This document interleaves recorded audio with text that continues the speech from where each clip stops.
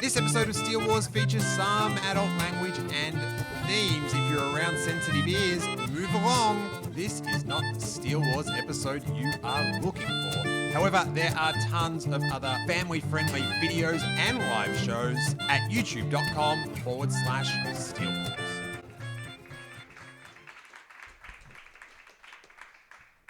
Hey, you guys. Welcome to Steele Wars. I'm comedian Steele Saunders, and I do love Star Wars! And we are here for our final live podcast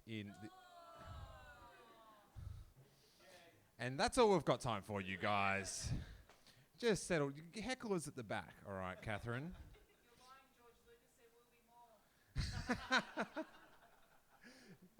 One of the best heckles I've ever had, I have to say. That is good.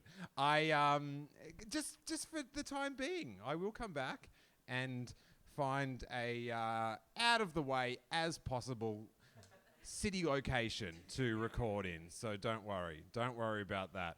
You've got your feet on the stage here. This is where I perform my art, and you just rightly so are treating it like crap. But what are you going to do?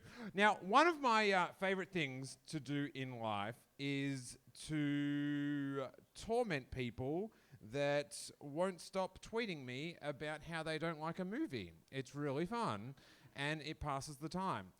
But I feel like I need to get out of it now. I need to stop because I've met my match. Because someone last night gave me one of the most disturbing reasons to not like The Force Awakens. Buckle in. I did not like #The Force Awakens. Why? I love my mother. She is a great woman. She taught me many things about life that helps me to be a better person. She's almost 60 now. If a younger woman came along looking like her, acting like her, and dressing up like her, that would be weird. Do you know the one thing weirder than that happening? Is thinking a movie is dressing up as your mother. And that's what Twitter's all about. So if J.J. Abrams came to my house dressed as my mum, I'd just be happy to see J.J. Abrams, okay? So it would be fine. I wouldn't question his cosplay. It's his time to express himself, and we should just embrace him. But as far as reasons to not like a film go, the fear that it is dressing up as your mother is up there. So take that. Let's bring up our guests, and we will talk a bit of Star Wars. Our toes are going to touch on stage. No, I just like being an idiot. That's all right. I'm happy to have feet on the stage, but I feel like we're going to have a force bond after this, and our toes can communicate through time and space. Yeah, they are very nice toes, actually. Congratulations. Looks like you've got 10 of them under there, and I'm sure you all have a great time. So why am I talking about Jude's toes in the first row? Who knows? This is what happens when you cram an entire comedy festival into 4 days, okay? Something's going to give. But we're going to bring up our two pals to talk about some Star Wars, one of which you would remember from one of our live shows, and another one you would probably know from his many torrid appearances on I Love Green Guide Letters, and he just wept with joy that I described him as torrid. But please welcome my friends and Star Wars fans, Kyran Wheatley and Rhys Nicholson! Yay! Hello. Would you say that I'm the most edited out guest of Green Guides, do you reckon? No, that would be me. No, that would be Lawrence Mooney. Oh, of course. Yes. Technically, he's never appeared. But I was just talking to Rhys. I haven't seen Rhys for a few months out the back, and he started talking about... he started talking about something backstage, and I just said to him, you're more of a nighttime friend. Yeah. Your conversation's not that 2 p.m. Which is why you've brought us to a dance club? It definitely smells Dance like club. one. Who calls them dance clubs? Me, apparently. Yeah. I don't... Didn't you used to be a disc jockey on the Yeah, radio? disc Nice. jockey, went to the discotheques. It was great fun. Yeah, It's in my past apparently now. it gets pumping down here at night, so Yeah. we can It's meet an up later on. absolute fucking fire hazard. Have you ever done a podcast that wasn't in a fire hazard situation? That's though? true. That's true. Most of them in my own home. I think that's... This smells like our house. I don't know what I meant by that. I It's don't- daytime. What am I doing here? I don't either. I'm interested. I'm not sure if you heard the reason for not liking the movie, that he was worried it was The mother thing. Yeah. What have you ever had like a very weird reason someone didn't like one of your shows, Rhys? No, they all seemed pretty, like pretty Yeah, good, I don't pretty like good them reasons. for normal reasons. Yeah. No, I think the weirdest ones was I think someone. This isn't really not liking it, but they came and sat in the front row thinking they were seeing Fiona O'Loughlin. They'd come into the wrong room. And it wasn't until 10 minutes in they were walking out. Like, what did they think for the first 10 minutes? Like, as soon as I walk out, you should go, oh, this is wrong, and get up and walk out. But no, look, she's had some weird work done. Like I can't... How This did you coma find, really changed her mind. How did you find out that they thought it was Fiona O'Loughlin? They said, oh, we thought this was Fiona O'Loughlin. Asked and answered. Yep. And and then I berated them for the next 10 minutes. So they missed 20 minutes, but she was probably late anyway, so it's fine. Let's get into it. Kyran, what is your first memory of Star Wars, buddy? My first memory of Star Wars would be at my friend at the time. We would have been in maybe year 5. He had the VHS box set that was Darth Vader, the Darth Vader box Nice. of VHS tapes. And it came in the little packet. Sort of had a. It was a box set that kept all 3 tapes in. Yep. And the slipcase was crooked, which Yeah. I remember thinking, pretty futuristic. That's on an angle. Yeah, it's so. What is that, a space. rhombus? Oh no, what's the... Anyways. Yeah, that was it. That was and not knowing what it was, I guess, but it being so like on display, it was like sort of being featured, I guess, and being like, what is this special thing? And then watching them, loving them, and then I think that my second memory, which is perhaps bigger, is playing Rogue Squadron on the N64. Nice. So getting into the game side of it. And you had that. I remember that one. You had to buy a little pellet or something to stick in your Nintendo to soup it up. Yeah, I wasn't allowed to own a Nintendo. We could only rent them during the holidays. So I don't remember it. Maybe it came with it. We all had to own Sega. Yeah, no, nothing. Yeah, they were a Sega household, and they only drank Pepsi. During I grew up Nintendo. I didn't like. I bought a Sega when I was always, because we grew up quite poor, so we'd always buy things like 4 years after. Like we had a Windows 95 in like 2001. Like always were like a few years, but I had a Sega that I bought from a flea market, and I thought, but I think I was pre-retro, like it was cool to have a Sega. My friends were like, that's pretty cool. They all had like PS2s and stuff, but Nah, 4 years is kind of sad. 8 years. yeah, that's the way to do it. And then you're hipsterfied. That's like when they cancelled the Polaroid camera. yeah, And I was like, well, it's just going to be cancelled for 8 months and then get retroed, and then Immediately. Yeah. Inku's going to sell it for $300. we have one. Yeah. That's why I'm gonna start collecting podcasts now for in 8 years when no one's listening to them anymore. Hey, podcasts are forever. You keep them in pods. Podcasts are literally the cockroaches of entertainment. they cannot. The be idea of stopped. an alien finding like an iPod floating in space and just listening to it, just going, "Oh God, oh, they thought this was entertainment." We're talking the other day about podcasts and how like some television shows, they're like, oh, you've got to get through the first 2 episodes, but then it gets really good. I think podcasts are like 100 hours in, it's really solid. Yeah. If you can just give 100 hours of your life over to this thing. But you need to listen to the first 100 hours to understand anything that's said after then. Either that or you're just in so deep that you can't give it up and you're just stuck. It's like heroin, Yeah. but somehow it makes less money. I can tell you exactly Yeah, how. I know. And so what do you remember from that first VHS viewing? A lot of lines across the screen. The soundtrack, I think. I think that sticks in my mind the most. Okay. Weirdly. It's incredible. It's one of the best soundtracks of all time. That opening song is genius. We went to go see it live with the Melbourne Symphony Orchestra the other day. Oh, Yeah. You were Yeah. going to, or you did? We did. So Oh, New how Hope. was that? It was amazing. And it was also really great when, Anyone like... else see it? Anyone else go there? Anyone else go? Yeah, it was incredible. It was really great. I'd never seen them with an audience before. So, like, you know, when Carrie Fisher comes out for the first... There was a noise when everyone went, ah. Like, it was... Those types of movies that you've never seen with an audience before is really fun. It was weird. I remember seeing when the Star Wars special editions came out in the late 90s, and it was sort of like the internet was just getting going, you guys. Yeah. So everything hadn't been catalogued as yet. Yeah. Like through No wiki yet. like through listicles and stuff like that. So sometimes there was weird things in the movies that you hadn't realized as yet. And one of them, just when you say about watching it with a crowd, in Return of the Jedi, Darth Vader says to the Emperor, you know, my son is on the moon. I have felt him. And then everyone just starts laughing in the cinema, or half the people, and I'm like, oh yeah, that is pretty funny when you think about it. And then the Emperor goes, strange that I have not. And it's just like, yes, gold. So we a few years ago went to go see Jurassic Park in a big audience.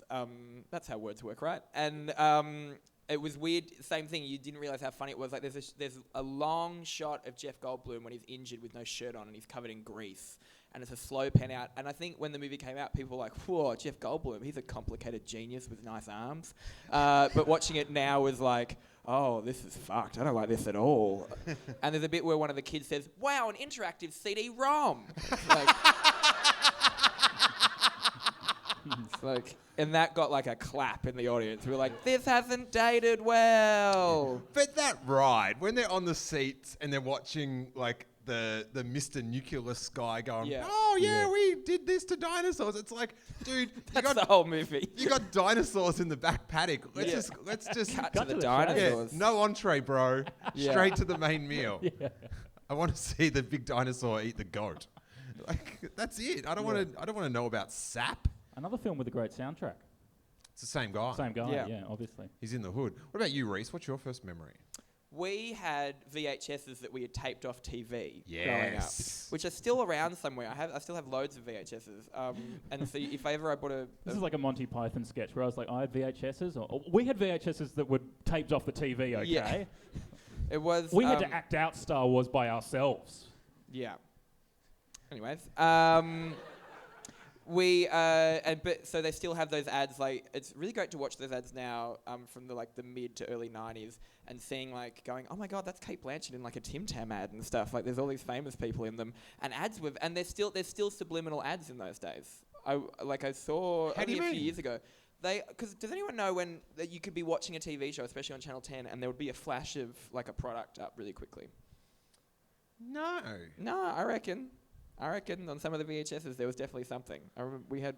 Okay, am I losing my mind? Is this happening right now at all? Oh, you mean like on the television? Yeah. Like on Subliminal- network TV, yeah, subliminal advertising. They could flash like a thing during they'd throw up a thing for like half a second. It got banned because it was like hitting... You'd get the ad and just not realise that you'd seen an ad. But I definitely think it was like mid-90s they banned it. It wasn't like in the 80s or anything. Can you do that like in an audio? Can you do that on a podcast? Like, can I just be talking Coke and just like people don't even know? Or Pepsi? just be like 8:15 show Seminole.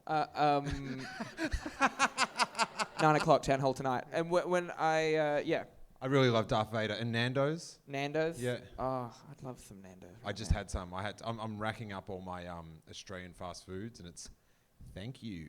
Yep. I love that you come from America to do taste food. Oh, what just happened in my brain? I wonder. I think blood might be pouring over my brain right now.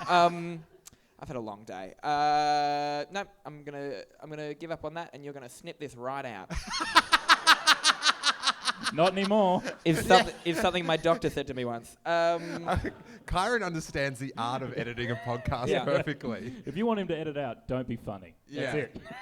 All right, well, I'm doing a very good job of that so far. All your edit requests have to be very dry, very dry. And what do you remember about, apart from the crazy ads? I'm like, when we watched the Star Wars holiday special, do you know what that is? Yeah. It's like, the bizarre, like... I feel like I need to point out, I am a Star Wars fan. I'm just not like a hyper Star. Like I love Star Wars. I just don't know. Like I couldn't name all like the minor characters. Yeah, but everyone that goes on this show is up against Steele, so yeah, exactly. it's fine. But sometimes I just fill in information absolutely. for the people listening at home. Yeah. Do you know what I mean? That maybe are not as learned as yourself. Ah. So it was a variety show that came out in 1978, and it's the worst thing that was ever made that had lightsabers in it. And we did a commentary of it, and the version we had still had all the ads in, and it was traumatizing because it was in America, and there was all these advertisements for like buy American, like otherwise we'll lose our factory jobs. Yeah. And there's like all these actors going, we can't let the jobs go offshore. And like when you watch the ad without any knowledge of how the world worked out, you're just like, you're a paranoid factory worker. Yeah. Get back to your steel mill. Go on. Still never seen the holiday special. Yeah. It sounds great. The reports You've really aren't good. sold it to me. Yeah. Hey, listen, if you want to see Chewbacca's uncle watch porn, bang. I've heard all about it. Wow, that's exactly what I want. I didn't know I wanted that until you told me. Dying. I've been trying to think of a name for that fetish. Who's your favourite character, Kyran? Who's my favourite character? I do like for every question how you wistfully look into the stage light. Yeah. That's where my memories are. I mean, I think Han is probably my favourite character. It's just a classic. But I think I like the swagger and the sort of sarcasm and the kind of whatever nature he had about the most incredible things that were happening ever, and he's just like, it's fine. Yeah, well, you got everything that with Rhys except the swagger bit. Yeah. Yeah. Hey, I could crash a plane. Come on. Let me crash a plane. Let me marry a very young woman. I think you'd have better luck at crashing a plane than marrying a very young woman, but... Disappointed. I think Princess Leia is racist. Princess Leia, mainly because I just really love Carrie Fisher in real life and real death. But I think actually in the newer movies, I think I like General Hux. I really like General Hux. What? It gives me hope that I could be in a Star Wars movie.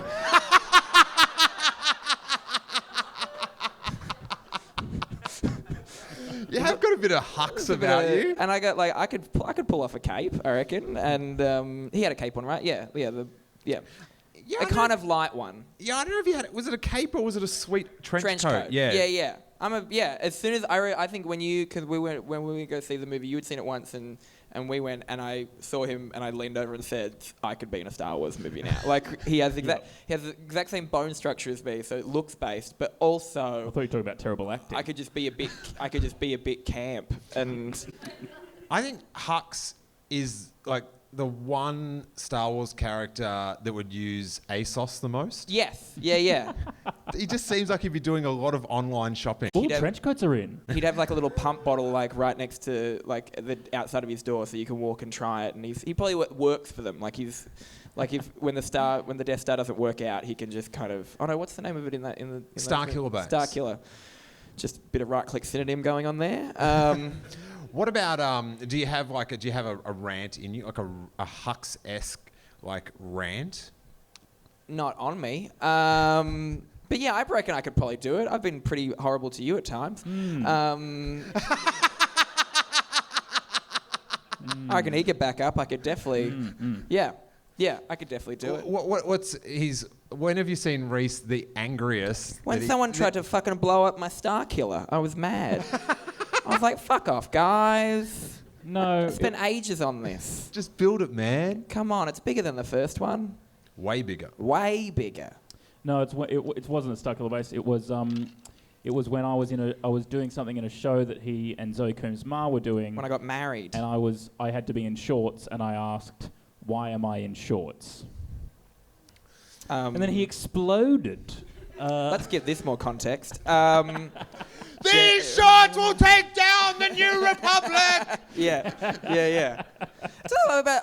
I know, but people didn't like the humor in the newer movies. I love it. I really love especially in the recent bit where he's like, what's his name? Adam Driver is like, shoot him, and like they're shooting the shit out of Luke, and there's just a guy kind of terrifyingly rolling his like, you know, the bit that I'm talking about. Yeah. It's like I think they're the best. I think people really hated that, right?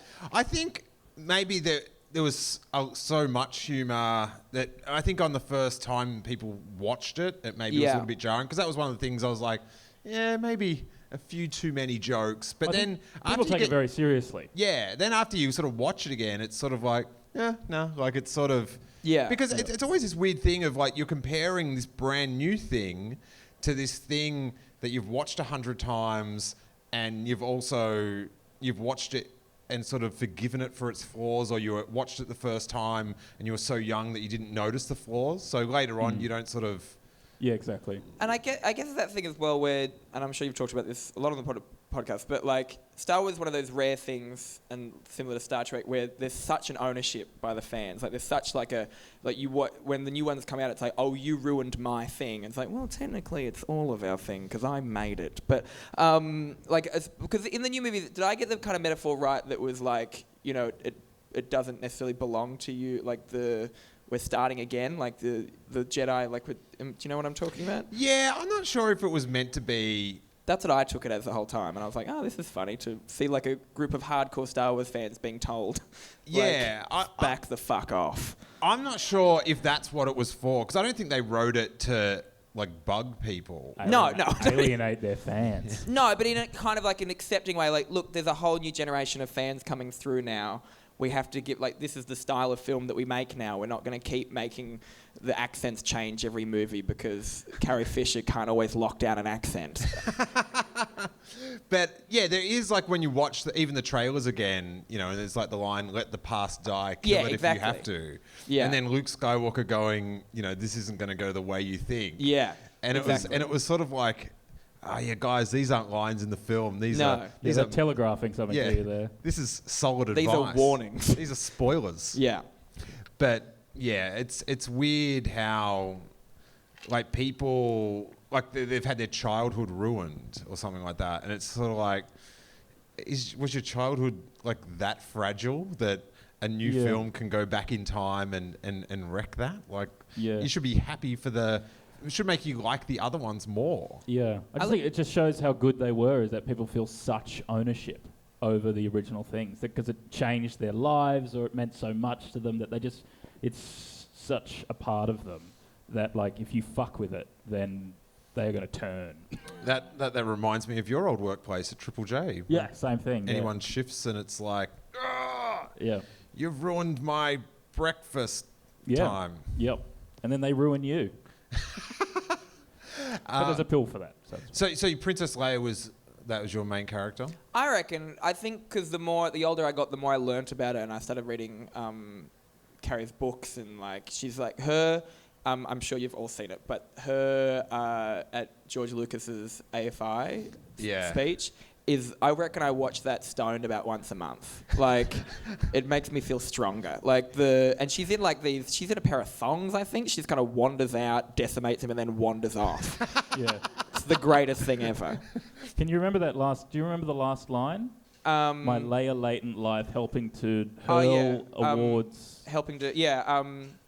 She kind of goes in like, you're a psychopath, and let's face it, an artist who the likes of which we've never seen before, an artist who not only redefined it, just goes on and on and on, and says, who I'm happy to spend the latent half of my latent life helping to hurl awards your way. And everyone goes, and you see this one actress go, this is so good.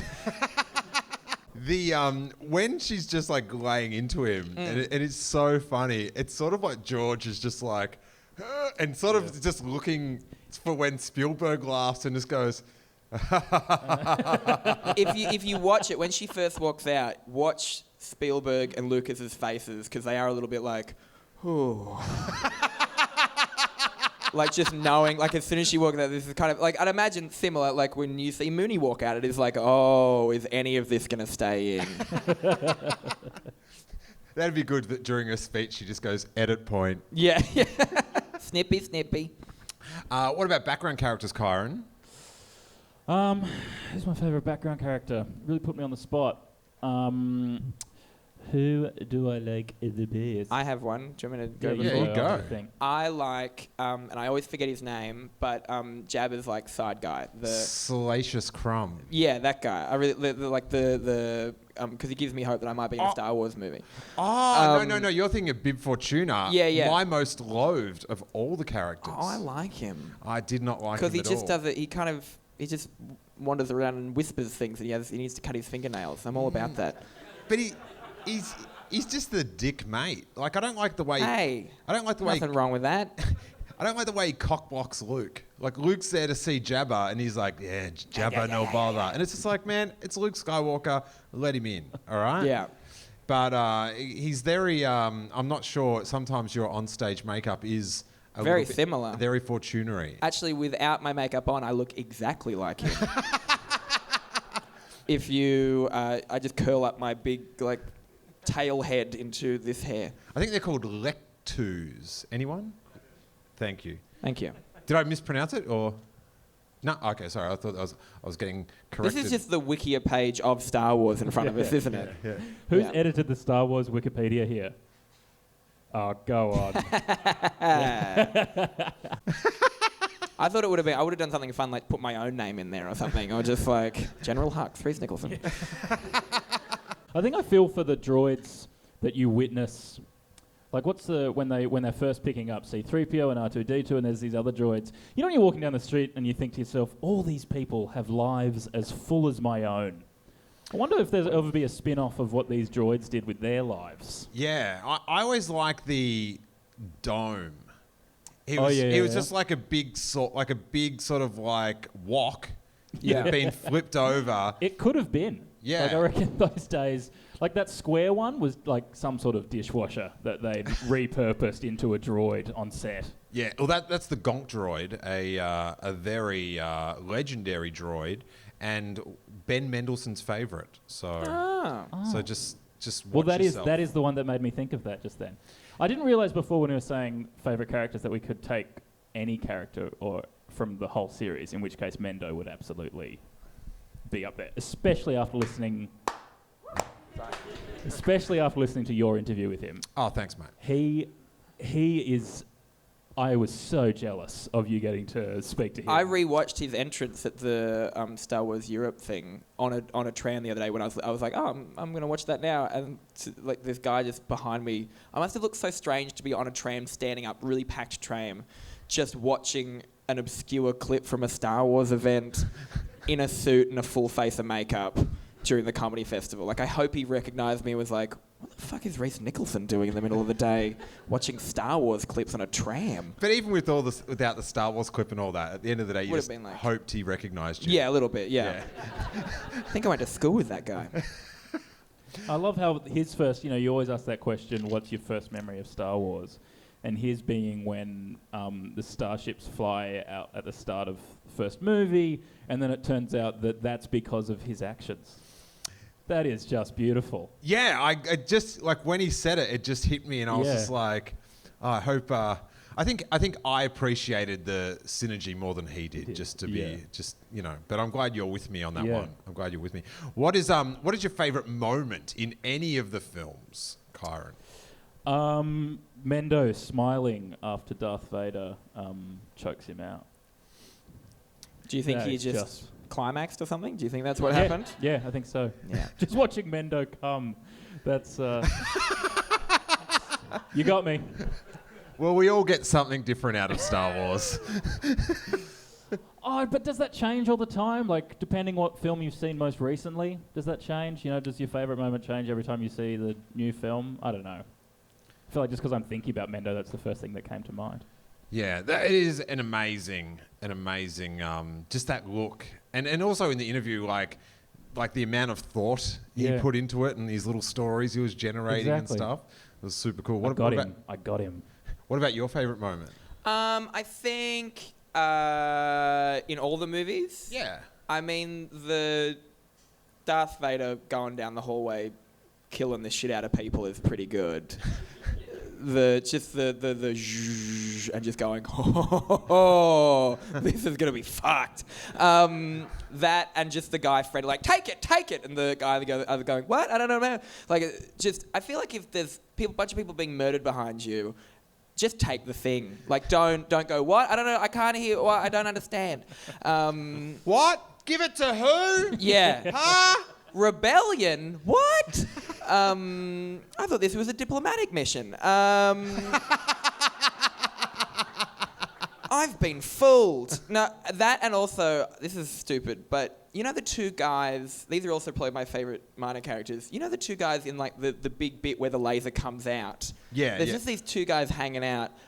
Even when I was a kid, I just thought of like, what's their day? Like, what's the minutiae of their day? They're just there for hours waiting for an enormous laser beam to come out, and they're pulling all these levers up and down with all these flashing buttons. Like, you all get bored at work. What's the chit-chat? Well, then after work, they have a beer and wait for their teeth to stop glowing. Yeah. And, like, do they know the horrible things? Like, I just always think, on what level... Because I enjoyed the conversation with Mendo about how, you know, the kind of idea of that character. Did he know that he was doing horrible things, or did he just kind of slowly...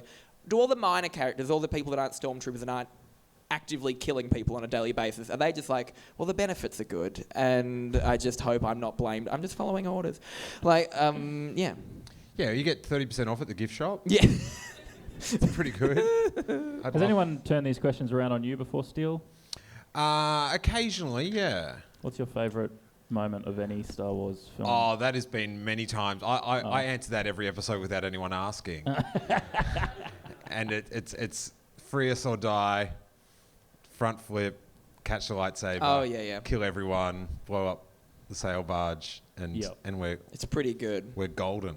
We are golden. What's the thing, and I'm sure, like, I'm not a fan enough to know this, but, like, so Jabba was originally just a guy, right? Yeah, he was just and there's clips somewhere of him just as, and that's where they badly photoshopped over. Yeah, he was a chubby Scottish dude. Yeah.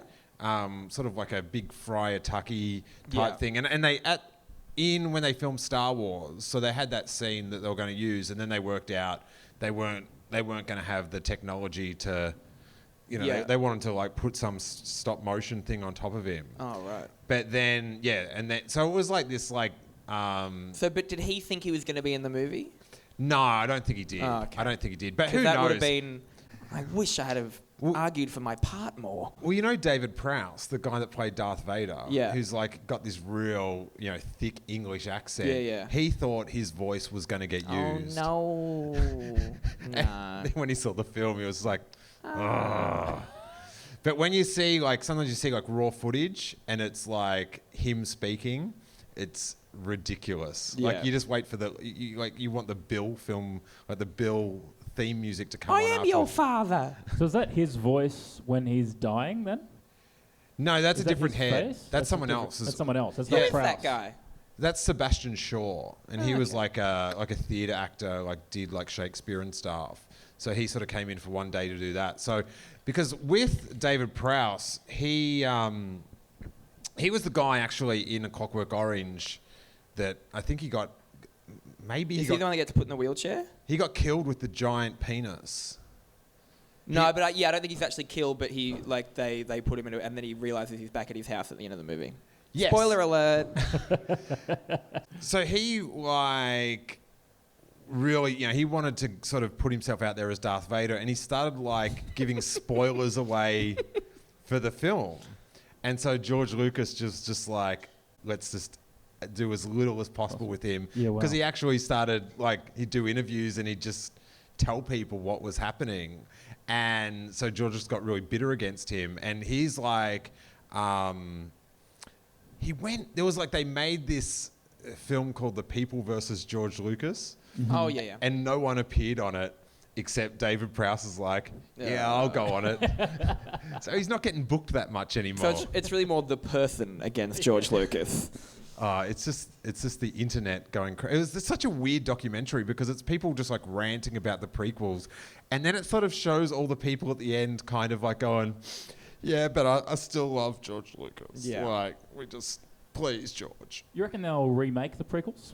No. No? Nah. You reckon they'll touch those stories again? Let's just do it. Let's crowdfund it. Let's just start a petition. Get it going. If we get enough Do you people... reckon they'd ever remake any Star Wars film? I certainly hope not. No. I don't think... Well, I don't think anyone that saw the original Star Wars is going to know if they remade it, because I think they'd have to let so much time go. And there's no point to remake it when you can just keep, we'll put a story here, we'll put a story there. I think it's also weird to remake something set in, either very far in the past or very far. If you remaking sci-fi things that are set in space, because you can't. In order to remake something, you need to vastly change it, and Star Wars is so set on an aesthetic and a kind of, you couldn't, I don't know, do you know what I mean? It's tough to kind of just go, no, Star Wars looks like this now. Yeah. And then it's how does that, if you remake that, the first one, how does that ripple through? Do you then have to remake all the other ones to fit in? Maybe that's well, then it may be the one universe within in Hollywood that is beyond the remake. Although some will argue that Force Awakens was the remake of Star Wars. It was a weird sort of reboot, remake sort of thing. But it was, I mean more like a straight remake, the way that Spider-Man's been done 4 times, you know. Oh, if I see how that dude got bit by a spider one more time. Because they think it's in the thing and they think its researchers are looking after it, but no, it's gotten out. Get the spider back in there, guys. I was listening to a podcast the other day where it was an interview with Frank Oz, and about how the interviewer thought, I don't know what made me think of this just then, but the interviewer thought that he was just doing voiceover for all the most recent movies, and he was like, no, he actually was with Luke on the day, laying on the ground with the puppet, and just how, because I know that people weren't super happy with the appearance of Yoda, right? People weren't. Nope. Some I thought it was great. I great. really liked it. Yeah, I just the moment when the silhouette of his ears appear, and you're just yes. I remember being, because we'd sort of had heard that Frank Oz had been on set and stuff, and they were keeping it under wraps, but so I sort of wasn't shocked that he was there, but just to get that confirmation, we were just in the cinema, just yes, Yoda. And I liked his lesson. I thought it was great. And I think sometimes movies do have to be a little, if you get sequels way down the line, you do have to do that, and you're going to change things so much. You have to do that little nod that is no, we remember the old movies, they were. Oh, you just poured beer right into your eye, mate. I'm really glad, because that story wasn't going anywhere. Thanks for the save. It looked fantastic. What is your favourite movie of them all now, Kyran? What is my favourite movie of them? I think I like the new ones just because I think that it's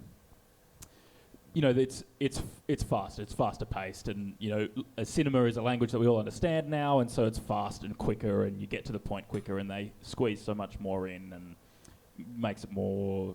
I think it's got more depth than that. The originals are obviously fantastic, and they've got their place, and I love them so much, and they're very single plot, singular sort of. Do you know what I mean? No, you're looking. I ask because you look at me like, the fuck are you saying? Hey, but do you know what I mean? They sort of I'm not sure if you remember the conclusion of Return of the Jedi, but there's 3 battles raging on. All right? Yes, no, I appreciate that, but I just feel like movie making, they've spent 50 years since then, or getting better at this art form. Yeah. And so the new ones are so good, and I just love them so much, and I feel like they're only going to get better. Well. Did that answer your question? Yeah, kind of. I always, when you say about how it's sped up now, when I was little, the bit with R2-D2 and C-3PO going through the desert. Oh, that's its own movie. Oh, yeah. Get on with it. It's not just B plot. It's like Z plot. It's really, I don't and just stop. No, keep going. Go that's faster. That's the kind of moment I guess I'm trying to. Yeah. Talk about that. It's so slow, and it's the pacing of the day. That's the way films were paced in those days. Whereas the new ones, it's next. So which of the 3 is your fave? I am so in love with Ben Mendelsohn's performance that I would watch I'm getting that. uncomfortable with all this Ben Mendelsohn talk now. Oh. All the I would posters are starting to absolutely make ditch- sense. I would ditch you for him tomorrow. All right, Tomorrow. well. Today. If he walked in right now, you're He's gone. one of the only people in show business that has worse skin than me, so... Damn. Brutal. Yeah. Hi, Ben. Loved Animal Kingdom. Yes, I love his performance so much. Well, you're a fellow guest on the podcast now, so you've got that bond. Yeah. Yeah. Yeah. You can meet at the Steele Awards. That's the meetings we have once a week. Yeah. Were you going to say what my favorite movie is? That is I like. well preempted. Is it 6 where they're in Jabba's place, or is that 5?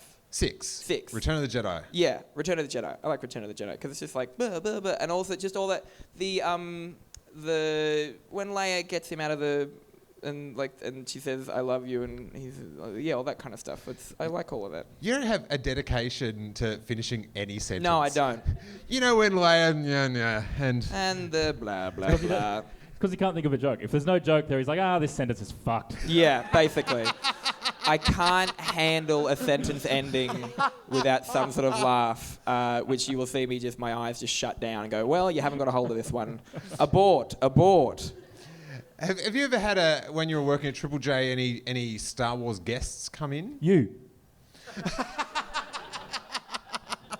How sad. Yeah, no, that's the only person I spoke to from Star Wars, I think. Tom Ballard when we were living with him, interviewed Carrie and got me a signed. Oh, that's right. I've got a signed of her HBO show. Nice. Yeah. Did you get a little message or anything like that? It says, I think she might do it for everyone. It just says, Rhys, you are my hero. And I think you're the Carrie only one. Fisher. Yeah. No, I just feel like she almost probably has a stamp. She had a stamp that she would just stand them all out. But because she did a lot, she really lent into them, didn't she? Doing the conventions and all that kind of stuff. Oh yeah, she was the life one. of the party, the queen. Her and Gary. What What was wrong with that dog's head, by the way? Anyways. It's just a pug. It's what it does. No, was it a pug? No, it was a French bulldog, I think. Yeah, and its tongue was just always. Have you've watched the documentary, obviously, about her and Debbie? I actually haven't. Oh. Because when it came out, it was so close to when they died. I was like, I bawled my eyes out. I was like, watching I can wait a while to watch that, and then I've never. It's sort of like of course I'd probably love it, but it's one of those things like, do you want to feel miserable in 2 hours time? It caught me off guard how much I was sad watching The Last Jedi as well, like when she's floating. And I kind of was like, oh, this must be it. And then they, sneaky. But those sneaky filmmakers trying to hide it. That sneaky little force. What do you think? I'm sure you've talked about this a lot, but what do you think? What are they going to do in the next movie? No one knows. No one knows. What they've said is that they're not going to replace her with another actress. Yeah. And they're just not Kim Cattrall or something. Some weird... I will not do another Sex and the City movie, but I will play Princess Leia. That is the only thing I will do. So give me a call. Just got 2 bagels gaffer taped to the side of her head. That got me thinking. Are men just like Ewoks? And they're not going to CGI her. So It's just got to be in the crawl, right? Well, it's either she's time has passed and she's died, or she's still alive, but she's just not in she's just spoken about. Maybe they'll just treat it like the parents in Peanuts. Just like, what do you think, Princess Leia? Womp, womp, womp, womp, womp, womp, womp, womp. Womp, womp, womp, womp, womp. Good idea. Maybe. Who knows? We'll start another alliance. Maybe they'll mention it in the crawl then. Yeah. But it is a tough, it is such a weird situation to have to do that. But what did you make of the float through space? Well, I'd understand that people probably had issues. I think because I'm the type of fan where I watch them. I think I watch them in the way that probably a child watches them, where I just really relish it. I really enjoy watching them, but I don't go deep on them, so I don't have kind of theories and that type of stuff. This Snoke theory was probably the only kind of things that I tried to look into. But it means that when things like that happen, I'm not thinking, well, she's never had powers before, so why isn't I'm just more going like, fuck yeah, she's got powers. This is the best. Yeah. Like, and I almost think that's more and so when you see Yoda, you're like, yeah, Yoda's here, great. Like, it's not just kind of like, well, actually, I don't know if he would do that. That's crazy. That's not in his character. Whereas you go a little bit deeper on things. Well, I not because she hasn't had powers before, but more from like a God in the Machine perspective of like, oh, the script needed at Yoda's moment needed this thing to happen, and so they just did it, even though it sort of is like, it sort of breaks down the... How do you mean? What's God in the Machine? I don't understand that. God is, so he died a couple of days ago. Well, his son did. He was pretty grumpy about it. That's what, so and this is going to sound like a tangent, those motorbikes, Deus Ex Machina? That's... the brand? Yeah, Deus Ex Machina. That means God in the Machine, and it's a script writing thing where they don't know what to do. I thought it meant I bought a trucker hat. Yeah, yeah, it's Latin for I bought a trucker hat. No, but that's where they've taken it from this, God in the Machine because the motorbike. But the idea is in script writing where you just can't solve this problem. So a dinosaur comes in from the roof in Jurassic Park and kills the T-Rex. And it's like, oh, great, done, woo, end of movie. And I feel like there is a bit of that in this latest film where they sort of need things to happen. And so they're like, is it a bit weird that like Yoda is actually having a physical impact on this universe, even though he's a Force ghost? Like actually being able to do something? Yeah, it is a bit weird, but fuck it. We kind of need that to happen to force this other thing to happen, so we'll just do it. Yeah, but it was fucking awesome. Yeah, exactly. And so I just feel like from the script writing perspective, it's like, well, hopefully you can build into the character the need to do something and build into the characterization rather than just having some plot point fly in from the side. Okay, I've never even thought about that. So that's the first time a ghost has done something. Has actually done. I'm pretty sure that's the first time he's actually not just spoken to someone and helped them, but it survived. But actually had like an impact on the world. And if he can do that, then why hasn't he done that this whole fucking time? Because lightning can only strike once. What about that deserved more, guys. Go on, that was quite fast. The my favorite interaction with ghosts and the real world is when Ben Kenobi's on Dagobah in Return of the Jedi, and he sits on a log. Like he's just like, oh man, this ghosting. I am tired. Yeah. I am pooped. I hope this moss doesn't get my ghost robes dirty.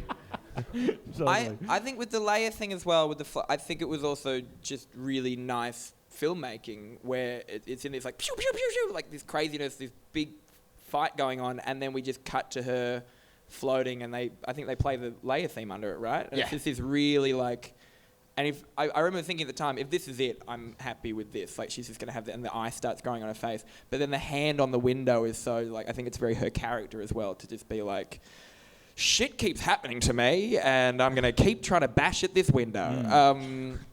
Yeah, I think it was very satisfying. I think that's what I look for.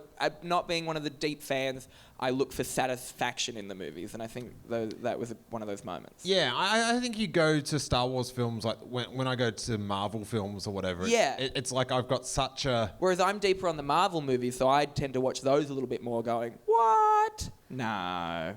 Oh, yeah, I just watch it and then go, okay, there was a big CGI thing at the end. Yeah, exactly. Ta-da! Yeah. I hate the Marvel movies because they're full of that thing where shit just happens for no reason whatsoever. Yeah, just they're to mutants. move the story forward. They're in space. Anyway. Just because they're pumping out so many movies, they've just got to keep going. Don't have enough time to think about the script. I feel like they spent a couple minutes on it. They didn't just start the cameras and go, all right, you're all aliens, some of you are mutants, get going. We need something to explode. So you direct Rhys's shows. Mm-hmm. So, like George Lucas is a director. Yeah. Like towards the end of like the run. We're working on the prequels now with other people. Yeah.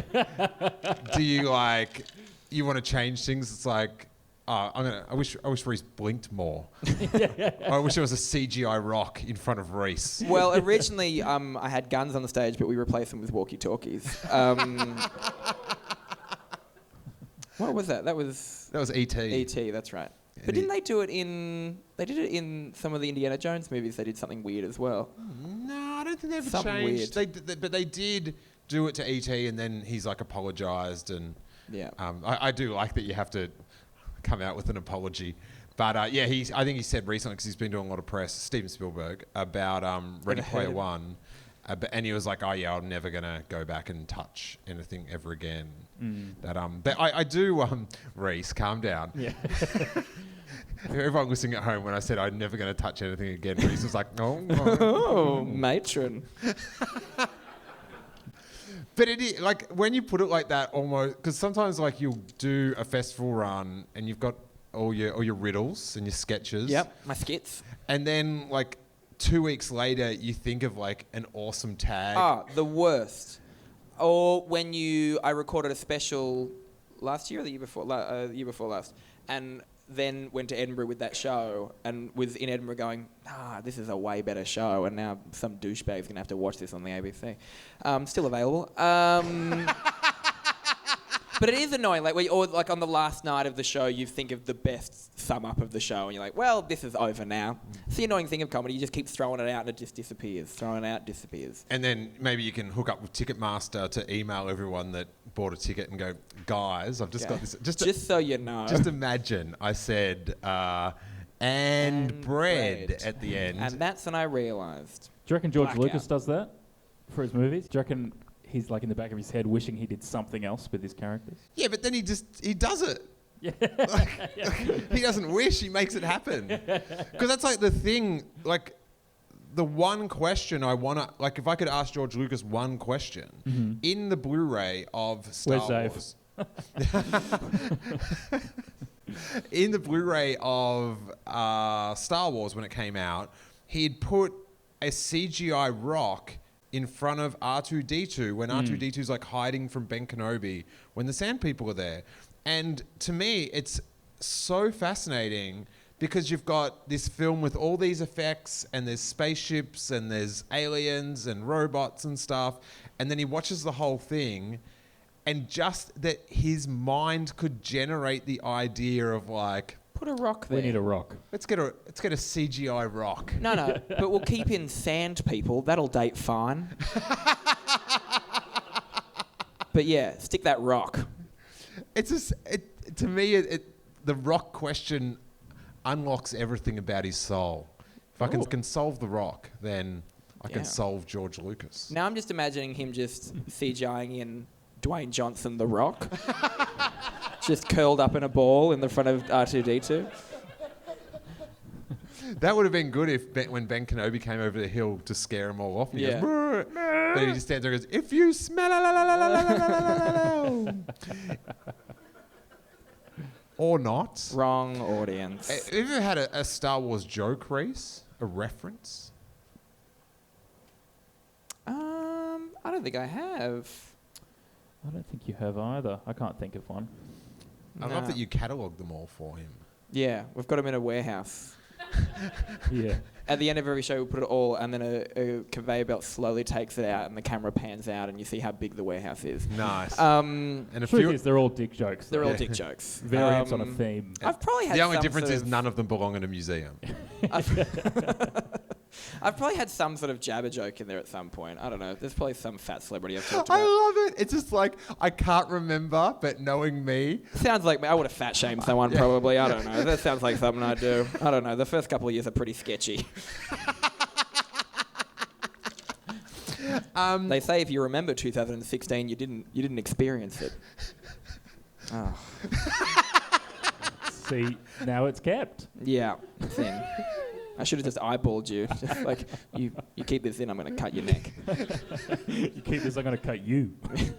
Oh, we do have the audience mic. If anyone's got a question about what we're talking about or anything at all that you want to bring up. I'm a Taurus. Well, while people do that, I'll Yeah. talk about something that I listened to the other day, if you want, Great. which is a podcast called The Soundtrack Show. What's it about? Cinematography. Ah. And there's an they talk about all sorts of different things in soundtracks. This is absolutely worth looking up, because this, I wasn't joking when I said I love this theme tune, but it goes through step by step what he's doing with that song and with all the notes, and how the melody is actually matching the plot of the movie. And so the first note is literally his life. That's where he is at the moment. And then there's the call to action where he has to, or there's a challenge that must be met. And then the da da da is sort of like there's stumbling blocks, and then da, and then he goes up and he achieves a thing. And then da da da da is a constant. That means death. If you ever hear that in a soundtrack, it comes up in soundtracks all over the place, and just goes through that whole theme tune, and it's very, very good. Yeah, I never realised, called David Collins, that does really good breakdowns, and when to me it's just like, yeah, it's just sweet music. Yeah. But then if you actually know notes and but you know it. It's in you. That's why you love it so much. Is because you recognize it. You just don't know that you know it. But it's playing on you. It's playing on that thing of he's achieving something, because you just get that sense from it. You don't have to know the music theory, but when you listen to them explain it, of course, you go oh shit, yeah. Yeah, well, that's why I resent it, because it's like he's tricking me into it. Do you know what I mean? Subliminal messaging. I told you, it Coke. exists. Coke. Sony Classics. Oh, Your name and your question, and where you got those amazing cat tights from. I was just about to ask that as well. So I'm Danielle. Hi, Danielle. JJ's. Nice. JJ Abrams. Are they his? My husband got them for me for my birthday. Oh, Good husband. Well Good done. husband. And Do you shop at JJ's just because of the link? Well, I shop at JJ's because they have cool wrestling gear, but that's fine. Yeah. Got my Roman Reigns t-shirt. Yeah, we got the rock breakfast. It's not really a question, it's more of an input into what you were talking about before as to what they're going to do with Carrie Fisher's character in the next movie.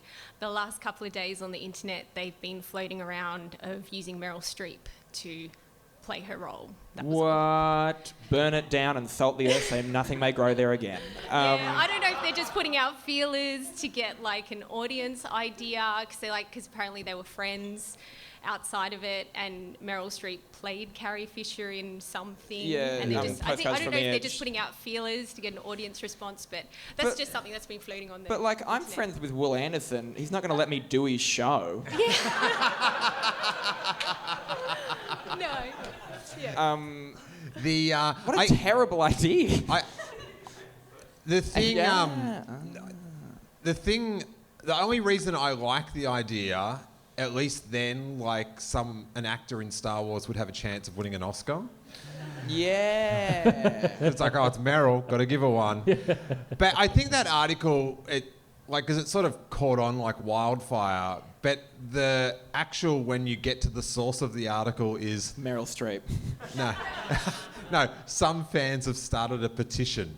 Oh. And then that's been taken, and then people then report on that article and leave out the petition bit. And yeah, but I just think it's too... I don't think anyone else can play her. Yeah, No. What do you like the idea? What's your opinion? I'd be happy if they, just either she was alive in isolation somewhere or something happened to her in between. Yeah. It would be best just to... Yep. Like a Band-Aid, right off. Seinfeld style. Yeah. Wow. Okay, I thought you were going to say you kill them Could've and had then... Meryl Streep play them down at the school. Yeah. Yeah. So I think it's, I don't know, it'd just be super weird. And also I just think the stories, as much as we love Carrie Fisher and Princess Leia, the stories are about the next generation. So And I think Laura Dern will kind of take her role, right? In the stories. you might have fallen asleep during the movie. Yeah. Oh, no, of course. Yeah. Sorry. Of course. It's her. Maybe they'll just, in the last second, they're like, whoa, you didn't see the post-credit scene? They swapped really quickly. And everything's fine now. Oh, that's right. I remember being so sad when that happened because I really love Laura Dern and we didn't get to see one crazy cry from her. And in every movie, you need to see her in a car going, "Ah!" at some point. But a lot of people after seeing her went on the internet and had a crazy cry. So it all balances out. The Good Husband, the great present buyer. Dave, how are you? Hey, Dave. It's Rhys, actually, but thank you. So my question is, Yeah, good if we choice. can get back on topic. You'd make a great podcast host. Right on, man. Have you got any collectibles that are kind of weird or that you would like to talk about? Like, because I know a lot of fans, they collect, Got your case? obviously, toys and stuff, but some people actually go into collecting actual props from the film, and do you have any of those? Oh, I wish. Dave, what do you have that's weird? I have... Specifically props and things. Yeah. Yeah. I don't know. I think the weirdest thing that I have in my Star Wars collecting would be original napkins and party plates from 1977 and 1980 that are still in their packets. You're not So- wrong. They are weird. That's Yeah. true. An ex-girlfriend gave them to me. She was at a camp, and they were going through the cupboards at like this camp, and they found them, and she brought them home from. It's the only thing I've kept from that relationship. So yeah, winner. And a touch of bitterness by the sounds of it. I don't have any. I got, like, when I bought Battlefront 2, they gave me these really shitty. You know, those kind of, they're not bobbleheads. They're the like bobbleheads that don't bobble. Like a Funko Pop or... Yeah. Is that what they call it? Yeah, and it's just of Darth Maul. And the guy was like, "Do you want this?" And I went, "Not really." And he went, "Well, we need to get rid of them." I was like, "Okay." So it was this very strange transaction where no one involved wanted the thing. It's like, surely we can just set this on fire, right? And I've also got this... I love that. It's like, do you want this? No. And the guy's like, I see your point, but take here it. you go. I also have this I think I got it. It's an off-brand Han Solo that I've slowly, nervously chewed off the arms and legs. And it's, if you look at his face, that's not even close to Han at all. Like, he looks like I don't know what it is. I don't know. I think I got it in like a skill tester or something when I was drunk. And The guy, so it's a little key ring. but he and- looks like he's gone through a terrible accident. No, he has, because you have literally, like, you've bitten off everything. It's like you were battling on a lava planet. Yeah, yeah. And you had the higher ground. Yeah. But the look on exactly the like that. Han Solo's face is a look of... It's shock. Yeah, he looks surprised that he's being portrayed as Han Solo. Ooh, my arms are gone. Oh. I've got tons of weird stuff. I went to where they filmed the Sarlacc pit in Yuma, Arizona, and we hired this lady. I had to ring up so many people that was like, because it's like where Yuma, the Arizona thing, the Buttercup Valley, it's where a lot of like little 4x4s, like those Raptors, like all those sand cars, like they drive around, and just like where the Sarlacc is sort of like this big kind of like MCG of like sand dunes, and then the Sarlacc pit is on the like the oval. Do you know what I mean? But it's like this like crater of sand dunes, and just so like right where the pit is, there's this big hill, and they all park down the bottom, and it's like a manly sand challenge to try drive your vehicle up the top, and then you get to watch people like flip over and fall down and die basically. So it was great. Great. So Being a straight man sounds great. we just don't know how to feel things, so we just drive cars into things. Anyway, musicals are weird. So I had like photos of where people had found stuff, and it was just like when I started finding bits of foam and wood, like the people that I were with, I quickly worked out that they were just humoring me, and had like there was no way they thought I was going to find something. And then like Jackie, like I found a bit of foam from the Sarlacc pit, and she's just like, yeah, that would have to be from the set of the movie that was filmed here 4 decades ago. And I'm like, it is. And then we just kept finding like so much that she's now a believer. So yeah, I got all these bits of foam from, because the Sarlacc was all foam. Because what they did at the end, they just like filled it in, because it was like 1982, and those were the times. Yeah. So I've got that and bits of wood. I've got when J.J. Abrams bought us all coffee for lining up overnight for San Diego Comic Con. I've got the little Dunkin' Donuts sugar. It's my JJ sugar, and I've got that in my cabinet. That he gave you with the coffee. No, well, he Does it have anything on it other than Dunkin' Donuts? He got an assistant to tell another assistant to charge it to the company, and Starbucks was busy, so they went to Dunkin' Donuts. Yeah. So he's basically a glorified delivery guy. Well, he came to my house and made me breakfast, basically. That's in my head. So, but yeah, the dumber the things, the better, I think. Like, because anyone can go to Toys R Us and buy a figure, but it takes a special type of idiot to smuggle rocks back from London because a scene was filmed in that area. It's the best. Oh, and on any other podcast, this is the work of a sociopath. I brought back sand from the Sarlacc pit as well. A big jar of sand. Exactly what I was hoping for. Yeah, thank you. Well, I'm glad that you got your money's worth out of the ticket. Rebecca. Yes, Rebecca from Perth, long-time listener, first-time question answer at a live show. In terms of going back and CGIing things into Star Wars... It's a hard no from me. Yep, but in the scene where they have the dinner room scene on Cloud City, do you think they should go back and CGI in the main meal as being roast pork? Not a fan. No, I think that'd be great. And in terms of follow-up to your Sarlacc pit, now that you've got all those pieces, have you actually recreated the Sarlacc pit in your own living room? And are you afraid of Jerry falling into it?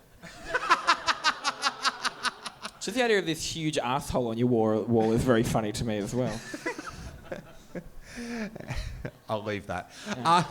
I haven't yet, but to answer your ridiculous question with a more ridiculous answer, I am trying to find in the LA area a fish tank that'll be the right size to put my Lego sail barge in, and then I can put my real-life Sarlacc pit sand and get one of the most true-to-life Lego dioramas ever going. And bring all your friends over to look at it. Oh no, they're all in the tank.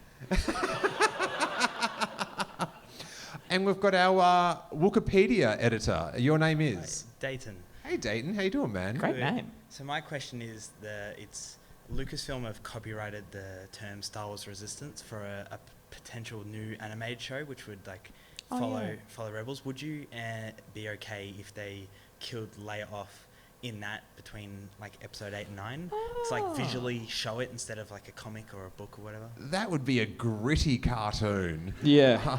I'm not sure if Disney XD could handle that one. So what era would it be set? Well, the Resistance is in the sequel trilogy era, so it would be then. But so I that would be thrilling if that's what the cartoon was about, because I want to go into the future or the present or whatever it is. But I don't think, I don't know, I sort of think it's so gnarly, like the death of Princess Leia, and because Carrie Fisher is dead, I kind of think you can't show it. And to show it on a cartoon would almost be, it's not the right, I don't know, it's kind of like having your reception at the Pokies or something. It's just not the right format. I don't think there's any need to show it. I don't think they feel a need to I wouldn't feel like they felt a need to show it. I don't think anyone's calling out for it. What do you think, Dayton? I think it's better if we just sort of leave it. So Just leave it be. Yeah. Is Billy Lord going to stay in them, do you think? I think so, yeah. I certainly hope so, because she had a way bigger role in this one, just out of happenstance. When I went to Florida about a month ago, and on the way back, she was sitting up front. No, driving the plane. Yeah. Harrison Ford, yeah. She was riding shotgun. No, she was sitting at the front of the plane, and I was like, it was like a 5-hour flight, and so the whole time I'm just like, Billy Lloyd's up the front. Yeah, didn't watch a thing, did you? Yeah, can't wait to talk to her once we get to baggage check. And I don't think she checked a bag, you guys, because I couldn't find her in the entire airport.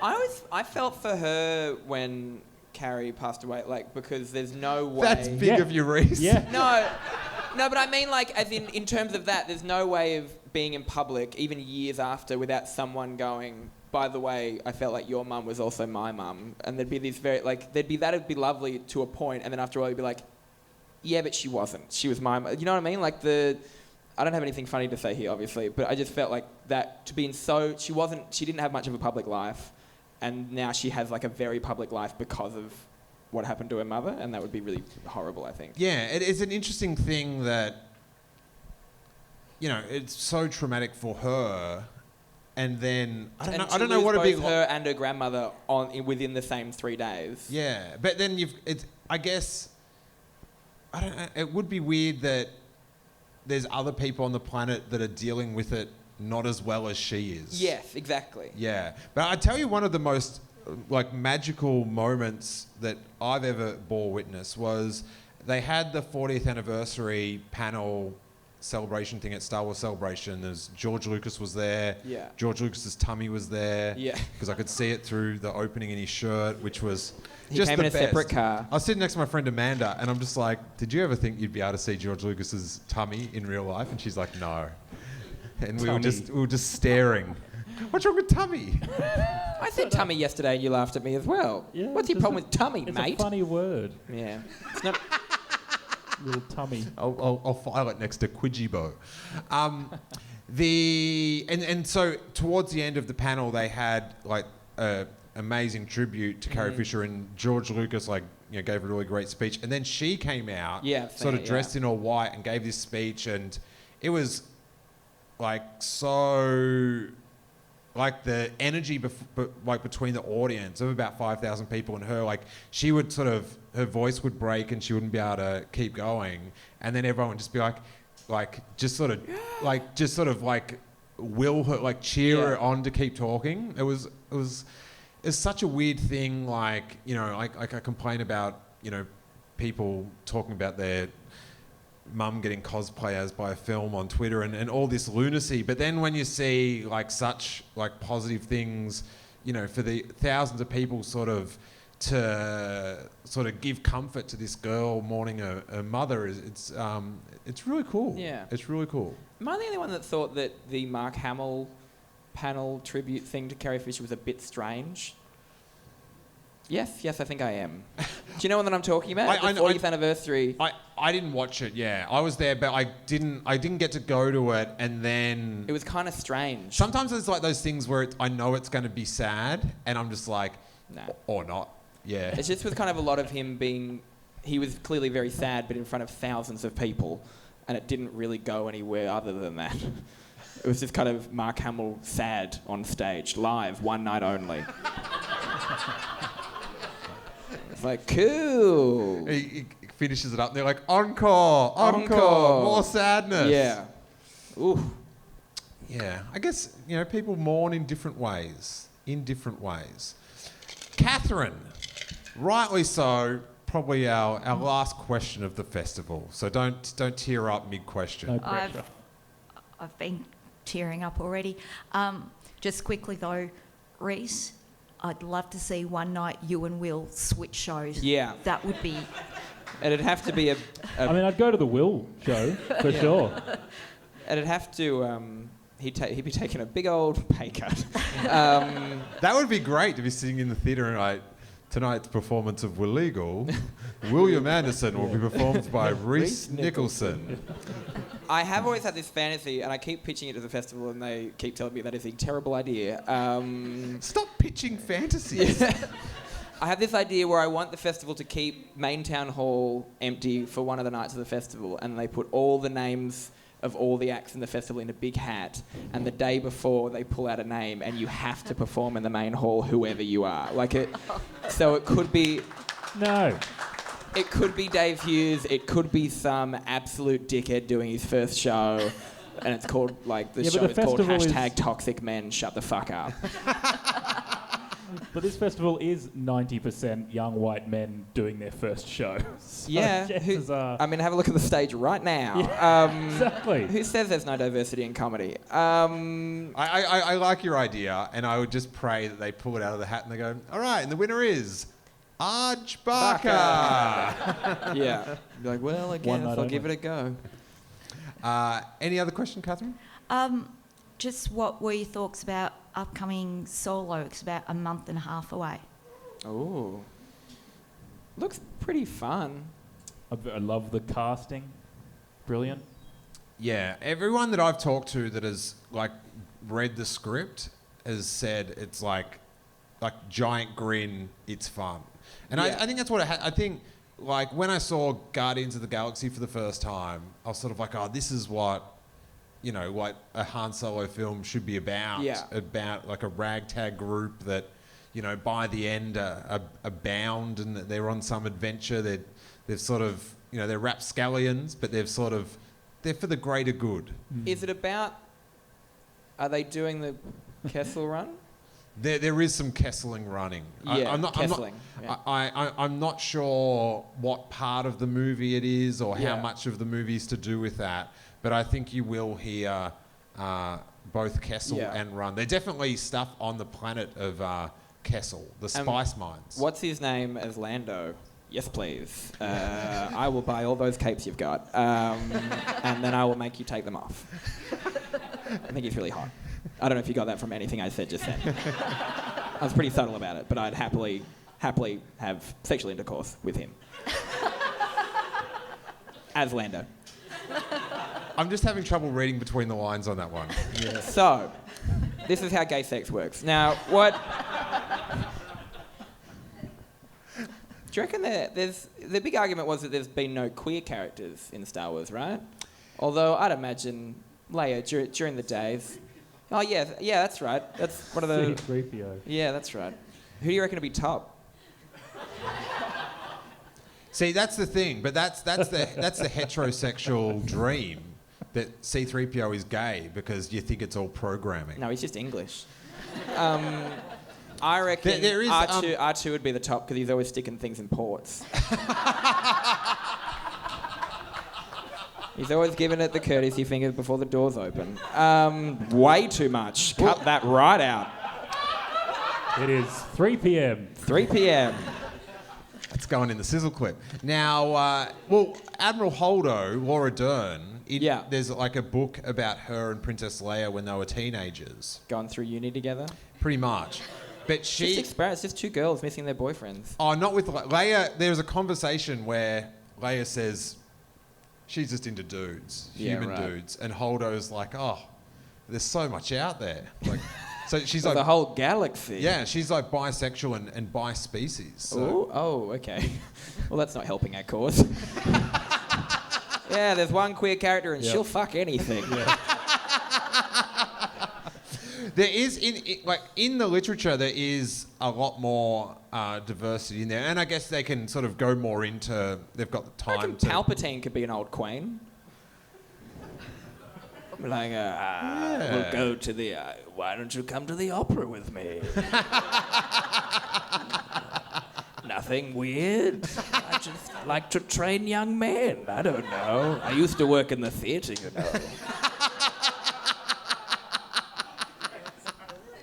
I want to think, because I was reading recently about, what's the whole story about Palpatine, because I was always fascinated when I was a kid as well about like the kind of three guys that are always with Palpatine as well. Yeah. I forget what the names are, but the whole story, I've started a little bit going into the deeper stories, like I haven't read any of the novels yet, but about how like he met him on an abandoned planet and then raised him, like he like stowawayed in his ship or something. Do you know what I'm talking about? Oh, that's... And in the shot in the prequels and his face is all fucked and they're the Senate for the first time, and the guy standing next to him that's always with him, and I think there's a deleted scene with him in it as well. Massa made it, but I think maybe the guy that's stowed away in the ship, that's a different character that's not in the films. That's a dude called Gallius Rax. Yes. Yeah. But that guy Massamita that's in the prequels, and he had the horns and stuff, after the Emperor dies... Like, he gets really depressed, and there's this book... that's what I was reading about. And he starts contemplating suicide, and it's just like, what is happening here? Yeah. Seriously, in the book, I remember listening to the audiobook, I remember I always define my audiobooks by what mall I'm in, and I'm just like... Are the books, like, because I quite like an audiobook, I've been thinking about just getting, like, is there a book that I should start with? Ooh. I would say Like an entry-level book, so I'm not just going, who dat? What happening? There's one called That's my reaction when I don't understand something, by the way. There's one called Lost Stars, and it's a young reader, like it's like a teenage fiction book. But it's, you know, like Star Wars it's for 12-year-olds anyway, so I sort of think it's the right... What? Yeah, trust me. And it takes place sort of around the events of Star Wars. So it's not, like, you're sort of familiar with what's going on, but you're getting a different point of view. Yeah. And... But wait, there's more. There's a sex scene. Oh, flowers in the attic. But yeah, there's some hot action. Imagine if like Danielle Steele just started writing Star Wars novels. Maybe Ash Williams can get on the cover. Guys, thanks so much for chatting a bit of Star Wars with us today. Thanks for calling me guys. It's been a pleasure, is what he tried to say. Yeah. I like how you do PR. Yeah. He's my fixer. He's my Malcolm Tucker. Now, we've got, you know, forever Star Wars. There's books, there's TV series, there's cartoons, and there's new movie series. What would you most like to see happen in an upcoming Star Wars film, Rhys? Yeah, you were looking at I directed there. I was really confused. I just, go for it. Can I include, this sounds a bit, but like I've been enjoying, and I know that people didn't love it, but I enjoyed Battlefront 2, like the actual story mode. So did I, yeah. Yeah, that I would like, because I didn't really get in on all the kind of like, you got to buy all this shit and the blah, blah, blah. But that made sense, right? Yep. Yeah.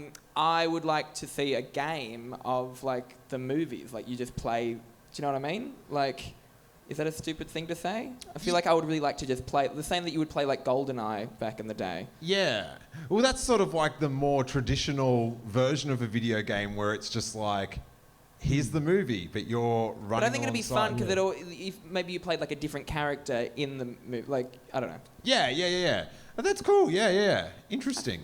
I feel like the tone of your voice didn't match the words you said. Just like 8 octaves, straight up. No, because I was actually thinking my favourite Star Wars video game it's Super Star Wars. So it's Nintendo, and it's sort of like a reinterpretation of, like, it sort of follows the story, but there's a lot more lizards jumping out of the ground on Tatooine and stuff like that. But it is that quite similar thing where each stage you're a different character and you sort of go through. Or what if they did like a Star Wars, like a sand pit game, like an open world Star Wars, so you can kind of pick, you know what I mean? Like you land on Tatooine and there's a whole area that you can go and play, and there's lots of like little missions all around that you could do. Well, that is what people desperately want, and there's rumours that I think they've started hiring people to make one of those. Yeah. But the thing is, it's like Grand Theft Auto Tatooine. Yeah, if you make something that good, it's like, just say goodbye to seeing people ever again. Yeah, which is what I do every morning. I mean every night. That's what I meant to say then. And I'm going to keep talking till you can't edit this. Kyran. I think I'd like to see a movie that's that's in the universe but not connected at all to any of the characters that we've seen so far. I'd like them just to go a long time ago, even a long time ago. Ages ago. Seriously, guys, ages ago, in a galaxy far, far away. No, seriously, guys, this was yonks. No, not kidding this time. Really long ago. Or in the future, whichever way they want to do it, but just completely different. And find out, there's still the Force, or there's still sort of the same universe. What about just like a Star Wars, physics. Star Trek crossover? I'm joking. Imagine. Time for you to leave, Rhys. Okay. Thank you. Goodbye. I'm with you. I would very much, and I think that's what the Rian Johnson trilogy is going to be. It's going to be like a total different. Oh, cool. Like, because sometimes after a while, like the wedging things in and the Ponda Barber here and the R2D2 there, it's like, come on, guys. Yeah, it's a big galaxy. Collection you're treating it like Ramsey Street. Yeah. Or maybe just like a sitcom. Sort of like the Cantina Bar, but like Cheers. A sort of crossover between those two. Where nobody knows you're...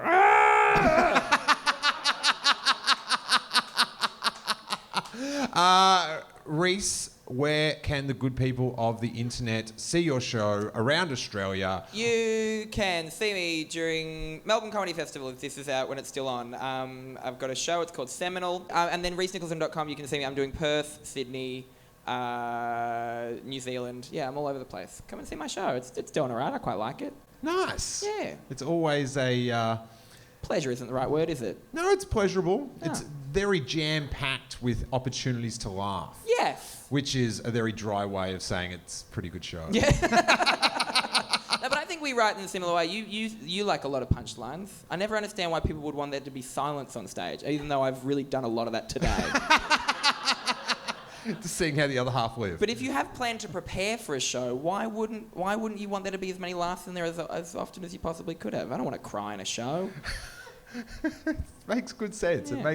When you say it like that, it does sound, Work harder, guys. making people laugh in comedy. Why didn't I think of give that? it a crack. That is good. What about you, Cabes? You can. We just started a bunch of podcasts recently, actually. No, for real. We're both having breakdowns. Do you know Cameron James and Lexi Toliopoulos? Very funny. Very Yes. funny. They had a show called Blank Slate, which you might have listened to, which is they would review movies. They've just started a new one called Total Reboot, which is about remakes and reboots and, all those sorts of re's. Hopefully you never get to talk about Star Wars. Well, I believe for the remake, yes, but I think when Solo comes out, I think they're going to do a whole Star Wars week, and across this little new collection of pods that we've put together, which I think they call a network, we're going to have a whole. It's going to be Star Wars themed that whole week. So there's another one called Babe of the Day, where each day we talk about just a legend. We're wrestling the word babe back from page 3. Okay. So me and my friend Johanna Roberts, who has this encyclopedic mind for like old Hollywood and music and people, and just really cool people. So like Christopher Plummer one day, and then Lando Calrissian. We've already recorded that episode where we just talk about how cool Lando is, and then anyone, Jane Russell, or just a whole cross section. So when Solo comes out, we'll be talking about Star Wars that week. We got comedians talk over movies where we Watch a shitty movie and talk over it. You can hit play at home at the same time as the movie. We watched Roadhouse recently, which is a real shit movie, Steele. I was angry at it and looked at the time and it had been 20 minutes. I was like, oh, this is bad news. Yeah. And we also have a podcast that there's a weird cross-pollination between these two. It's a podcast all about drag. It's called The Tuck Shop. And I am very happy with the name. It's basically this, but about drag and RuPaul. Okay. I didn't get the pun until you said, because I read it and I was like, I don't know, I'll find out. But when you said with your tone, The Tuck Shop, I was like, oh. This isn't about party pies and sausage rolls. Yeah, I thought it was about long life in a way it is, containers. But if you Google us, you'll find all of that shit there on the internet. Awesome. Well, you are excellent podcasters and broadcasters, so I will be looking forward to Han Solo Week across the network. It'll be fun. Guys, thank you so much for coming down and enjoying the podcast, and give a huge round of applause to Rhys Nicholson and Kyran Wheatley. We've got teas over there. I'll be hanging around. You can grab a sticker. And we've got I Love Gringo letters at 4 p.m. I am Steele Saunders, and I do love Star Wars, and may that force be with you. Thanks, guys. Thanks so much for watching. If you enjoyed the episode, let us know in the comments below. And if you want to hear more, hit like and subscribe. If you're an audio podcast listener, my award-winning podcast, Steele Wars, has hundreds of episodes available free at steelewars.com, iTunes, or wherever good podcasts are downloaded.